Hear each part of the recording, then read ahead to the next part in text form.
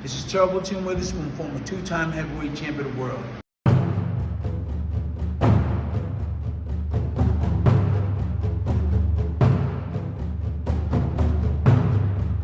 And this is my YouTube channel.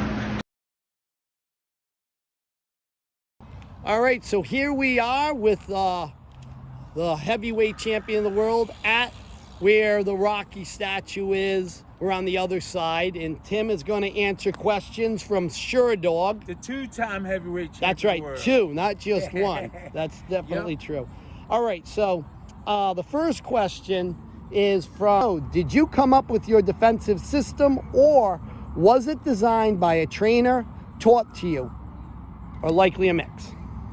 That's a nice question to ask, and I was taught my defense.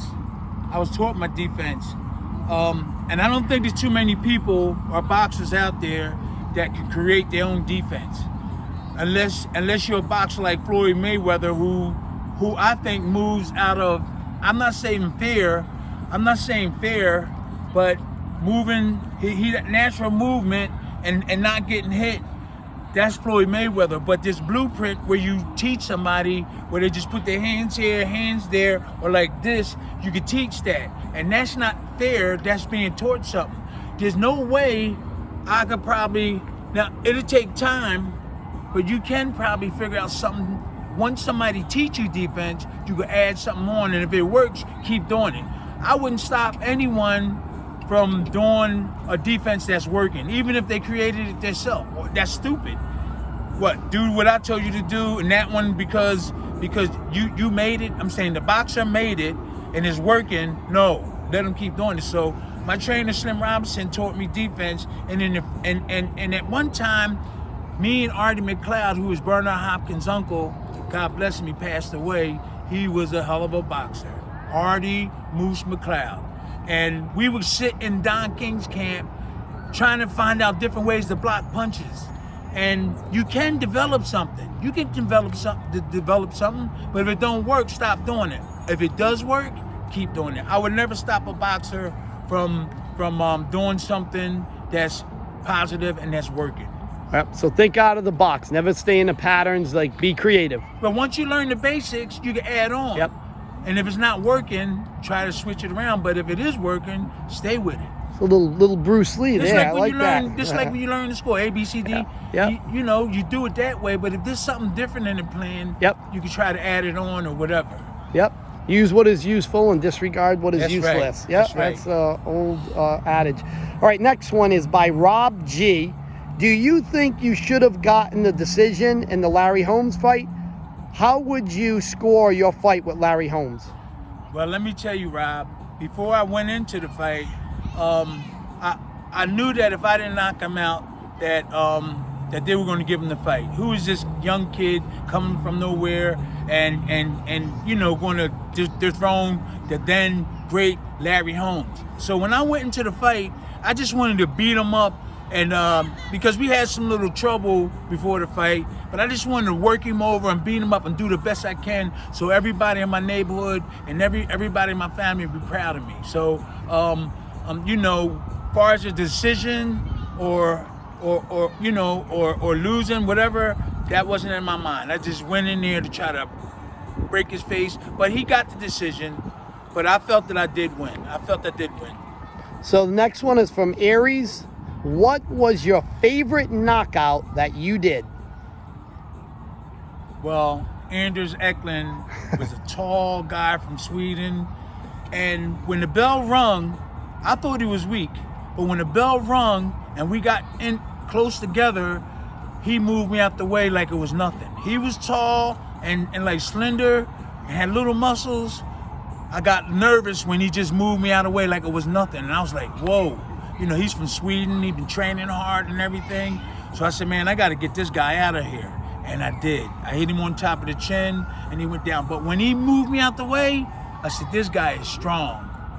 And when I knocked him out, I was relieved because he just moved me like it was nothing. I said, oh my God, this guy is strong. Man, I was glad it got him out of there.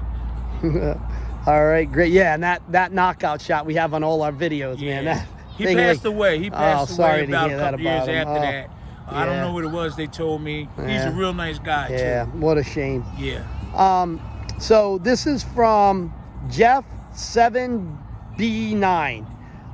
So he said, also if possible, which fighter inspired you? Who did you take ideas or techniques from? Okay, so when I first started boxing, I boxed with a heavyweight named Randy Mack. This is when I ain't had no fights. And I know how to box a southpaw because I boxed him every day for like a year. And I was taught how to maneuver. I learned from him because he was old school. I learned from him. Then I went on to spar with Matthew Saad Muhammad. I learned from him a lot of things. And then Eddie Mustafa Muhammad. Then Muhammad Ali. So I learned from a lot of good talent. Wow. And I was around a lot of good talent. I was around a lot of middleweights out of Philly. Middleweights was the big show in Philly when I was amateurs. All the middleweights. Willie the Worm taught me some stuff. Georgie Benton. But my trainer Slim Robinson was a middleweight / light heavyweight, and that's who taught me everything I know. Excellent. And he further asks, I see a mix of defensive styles, including Philly shell, cross guard, and traditional high guard. Could you discuss how you combine them and use switching between these tactics to confuse your opponent? Well, yeah, I know you confuse your opponent, but I was taught to basically, this is the first defense you should teach a fighter. Dig your elbows in, take your head and right here. This is the first one that you teach. And then you teach the block on a jab with this defense. Okay, when you catch punches, you counter. That's the first defense that you really supposed to teach. Put these on your temple, bend your knees, elbows in tight.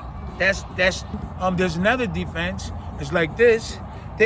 People say the shell. The shell is when you tighten anything up. If this is tight, that's the shell. When you like this, you drop your hand here, and when the punches come up, you move it up, and then when body shots come, you slide it down and go this way, that way, block a shot this way, that way. When the punches come up here, you go like this. And then I used to do tricks like this. When they shoot it straight up here, I grab it and then pull them and throw a hook. I did that in a fight one time, and I almost got in trouble. So I was being taught tricks within that. So you got this. And as soon as they jab, you grab it and pull them and throw a hook. I was doing that in sparring all the time. So that's this here. Then you got this where you use the shoulder, and then you slap your face here, punch here, and you catch punches like that, and you counter off of it. So me and Artie McLeod, Bernard Hopkins' uncle, used to sit in Don King's gym at night and try to figure out different ways to change the work off of this, and he was clever with his. He was clever. So I'm kind of like rusty right now, and we getting these things started. But once I get in motion, you're gonna see a lot of stuff coming out from me. Excellent. But this is basic. This is basic here, right? It goes down for body shots. Then you lean in to catch them, and when the punches come upstairs, you come up like this. Okay, this is the other way. This is another one here. Here, I showed people that way. A punch come this way, and if you see a hook coming, you block it this way. Okay? Here, punch. Here, punch. So we are going to show you guys those defensive moves as soon as we get things in order here. So that's primarily just basic stuff right there, but there's a lot you can add on to that. And here's one more. Blunt Trauma 21. How did you get into boxing? Wow, I was really groomed to be a professional football player. Me and my brothers and family members and friends that lived around me. I was a running back when I was little. When I was small, I was a tailback. And then I grew into a fullback, and then I went to a tight end. I made all Philadelphia. I was a tight end. I had like 13 touchdowns. I wasn't fast, but I could catch anything you throw to me. I'll tell the quarterback right over there, and I'll get over there, and the ball get to me, and I'll catch it. So I got a scholarship I got a scholarship. I went to Lincoln University, Missouri. I got hurt. I caught a pass, and I went to two cornerbacks. Boom, and they couldn't hold me. Then they wrapped their legs around me, and then a big linebacker hit me in the back. Boom, and I was out for like 3 weeks. But then there was other problems. There was other problems within the college. There was kids starting trouble with my friend. I was in the bed sick. He had already called his mom to send the tickets for us to go home. So I was defenseless, and I couldn't really get up. And these guys had people coming from Detroit to come hurt us. So we barely made it. We got on the train, and then I went home. Then when I went home, Buster Drayton, Kenny Reese, my brother Anthony Witherspoon, all these guys were boxing. I said, I might as well try it. And that's how I got into boxing. All right, so here's one from Gene Tooney 7. Tim, you seem to place a lot of emphasis on the art of boxing. What boxers from any era do you think embodied the art of boxing the most? Okay. Well, I think that a boxer that doesn't have skill could win the fight because if you hit somebody and they go down, that's it. You don't have to have the skills. But you asked what era do you think had the best boxing techniques? What era boxers you admired? It had to be Sugar Ray Leonard, Yep. Benitez, Sugar Ray during that era. You know, Sugar Ray Robinson was slick too, but Sugar Ray Leonard was beautiful with his talent, his skills. Benitez, there's one more. It's Benitez, Sugar Ray. Tommy Hearns was beautiful offense, but defense, defenses what slowed him down. You know, he got hit a lot, Tommy Hearns. But in terms of offense, he was a master. But Sugar Ray had them both. And Wilfred Benitez, and there's a couple more. You gotta help me. You should have had the paper. Oh man. Aaron Pryor. Aaron Pryor got hit a lot, but you know they were talented and moved a lot. Yep. But I would say more so Sugar Ray. Tommy Hearns had a good, devastating offense, and Wilfred Benitez had both. But for some reason he wound up was getting hit too much. So yeah, I think did he pass away? That I'm not sure of. I think Benitez did, yeah. I think he did. Don't talk too fast. All right, let me give you this one here, the last one. From Trilo. You fought a lot of good heavyweights in the 80s, yet missed the big fight against Tyson. How do you think you would have fared against him back then if you were properly focused? Hey, listen. I'd have been trouble for him. I was messed up in the head. Things wasn't really going right for me. Not way before, but around the time Tyson came in, abuse was set in. But I knew I would have gave him a lot for his money.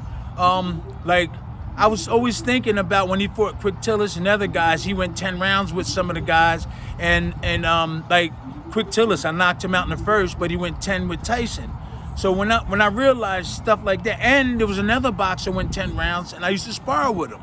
And it was easy. So I was thinking after those particular fights, I was like, wow, that probably if I was in good shape with my skills, and if I didn't get hit, I probably would have definitely won. Definitely, yeah. I had the skills to do it. It's just if my mind was in the right place. That's the only thing separating me from winning and losing.